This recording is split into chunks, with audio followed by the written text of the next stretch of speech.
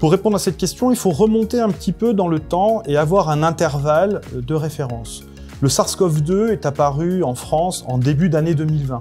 Et sur une période d'1 an, jusqu'en début d'année 2021, on a dénombré plus de 3 millions de personnes dépistées positives au SARS-CoV-2 et on a compté plus de 80 000 décès. C'est un bilan qui est 10 fois supérieur à celui de la grippe saisonnière 2018-2019.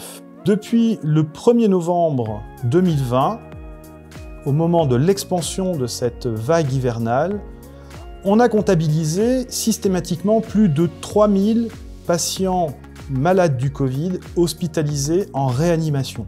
C'est plus de 2/3 de nos capacités hospitalières habituelles. Nos infrastructures hospitalières souffrent et sont sous tension.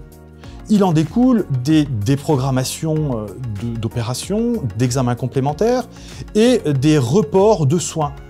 Forcément, pour les personnes les plus vulnérables, il y a une perte de chance. Je pense aux accidentés de la route, aux victimes d'infarctus du myocarde, aux diabétiques, aux pathologies chroniques comme le cancer par exemple.